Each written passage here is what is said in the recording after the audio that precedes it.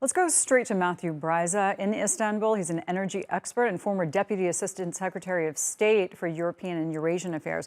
Matthew, thanks for joining us. Let's talk about these pipelines. First of all, their vulnerability. What would it take for somebody to basically blow them up and cause these leaks that we're seeing right now? Yeah, Michelle, thanks for having me. Well, these are pretty sturdy pipelines. I mean, they're built out of steel and then surrounded in concrete. They're not subject to corrosion. So if you want to blow them up, you have to really intend to do so. They're built to withstand a lot. And so I can't imagine there could ever be three nearly simultaneous explosions on the same pipeline system in the more or less same location, completely by coincidence. It's impossible. Okay, so highly compressed gas in a pipeline, these things don't just blow up themselves if there's a problem with equipment or something like that?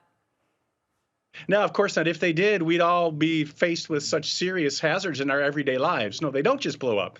As I said, these pipelines are designed to withstand quite a bit of tampering. You have to really want to blow them up. And so why would somebody want to blow them up? I mean, the press spokesperson of the European Commission, Mr. McPhee, just said, well, we don't want to speculate. But the Danish Prime Minister Frederiksen did speculate today, and like the Ukrainian leadership, put the blame on Russia. And why would they do that today? Why? Because today is the day that the so-called Baltic Pipe opened. It's a pipeline from Norway to Poland that gets at least Poland completely independent of Russian natural gas. And one more comment I'll make is that when I was a U.S. diplomat serving in Moscow, I'll never forget, in 1996, a deputy speaker of the lower house of parliament, the Duma, told me, you Americans don't understand power.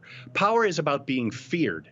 We Russians want to frighten you and the Europeans, and that means power. And so to me, this is an instance of trying to frighten the Europeans as the winter is approaching. And you know what? Something that the U.S. State Department and the U.S. administrations have warned of for years concerning the Nord Stream pipelines is, I don't know that you guys want to do that because you don't want to be reliant on Russia. Russia is going to have its thumb on the spigot. But this still happened, basically out of desperation, I guess. I'm so glad you brought that up, Michelle. I was a U.S. Foreign Service officer for 23 years, and 14 of those I spent trying to persuade our European allies to diversify. And I'm a private business person now, and that's the main thing I do, helping our European allies get non-Russian supplies of gas. Let me put it this way.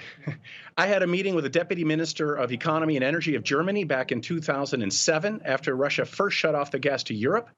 And about 45 minutes in, he very politely showed me the door and said, this is our European issue. It's not your European issue. Why do you care so much about our diversification of gas supply? And my response was simply, Mr. Minister, because we're your closest allies. And when you suffer, we suffer, and you are going to suffer.